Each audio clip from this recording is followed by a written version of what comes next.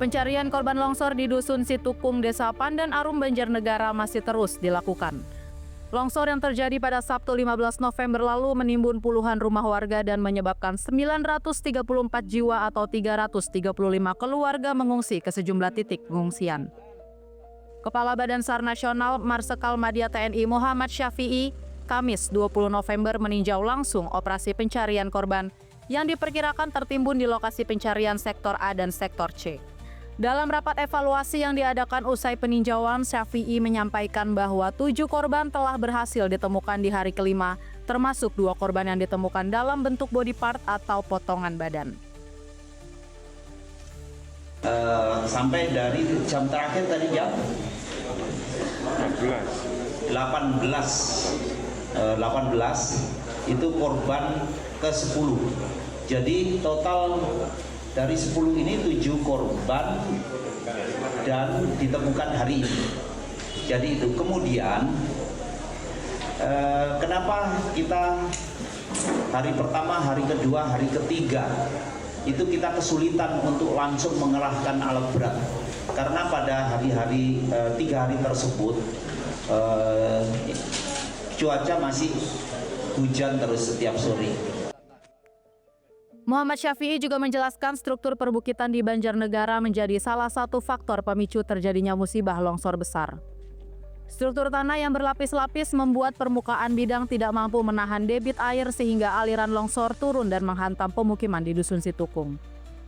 Untuk mendukung upaya pencarian korban yang diperkirakan masih berjumlah belasan orang, rekayasa cuaca pun dilakukan oleh BNPB. Dalam kondisi cuaca cerah, proses pencarian dimaksimalkan dengan penambahan alat berat untuk mempercepat pemindahan material longsor.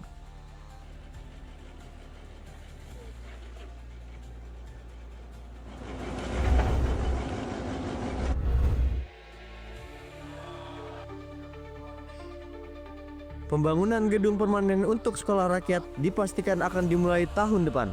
Hal ini disampaikan langsung oleh Menteri Sosial Saifullah Yusuf setelah berdialog dengan para pelajar dan orang tua sekolah rakyat. Dialog digelar di Balai Latihan Kerja Provinsi Jawa Timur, Singosari, Kabupaten Malang pada Kamis pekan ini. Saat ini proyek pembangunan tengah memasuki tahap lelang di Kementerian Pekerjaan Umum. Pemerintah menargetkan pekerjaan konstruksi dapat selesai pada tahun 2026 sehingga kegiatan belajar sekolah rakyat dapat bertempat di gedung permanen. Secara nasional, pemerintah menargetkan pembangunan 166 titik sekolah rakyat permanen. Pada tahap awal, sebanyak 104 titik akan dibangun dan jumlah ini masih akan bertambah. Tanahnya insya Allah udah beres. Ini sudah mulai proses untuk lelang di Kementerian PU. Mudah-mudahan pembangunannya lancar, tahun depan sudah bisa berpindah ke gedung permanen. 166 seluruh Indonesia, tapi yang akan dibangun tahap pertama ini ada 104 titik. Mudah-mudahan di awal tahun juga sudah mulai dibangun lagi sehingga ada kira-kira tahun depan itu direncanakan ada 200 titik. Sementara itu, evaluasi terbaru menunjukkan pelaksanaan sekolah rakyat berjalan cukup baik setelah masa adaptasi beberapa bulan. Mensos menyebut siswa mulai menyesuaikan diri dan para guru dapat bekerja lebih optimal. Jawa Timur menjadi provinsi dengan jumlah titik sekolah rakyat rintisan terbanyak, yakni mencapai 26 lokasi yang tersebar di kabupaten kota dan dikelola oleh pemerintah provinsi.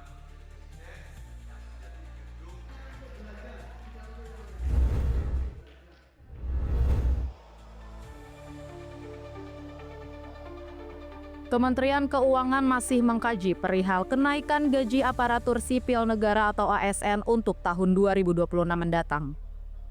Direktur Jenderal Anggaran Kementerian Keuangan, Luki Alfirman, saat ditemui di Jakarta, Kamis 20 November mengatakan pihaknya baru saja menerima surat dari Menteri Pendayagunaan Aparatur Negara dan Reformasi Birokrasi. Surat tersebut berkaitan tentang kenaikan gaji aparatur sipil negara. Menurut Luki, kajian yang dilakukan Kementerian Keuangan mempertimbangkan pada beberapa aspek. 2 diantaranya adalah terkait kinerja dan produktivitas ASN. Kita lihat selalu kinerja dan produktivitas dari ASN itu sendiri seperti apa. Dan tentu saja kita juga melihat nanti kemampuan fiskal kita seperti apa. Jadi itu yang akan mungkin kita pertimbangkan.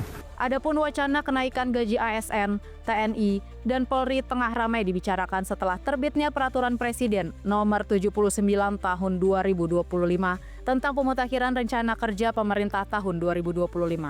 Kementerian Keuangan juga pernah mengungkapkan selalu ada kemungkinan gaji ASN naik tahun depan meski realisasinya belum dapat diputuskan.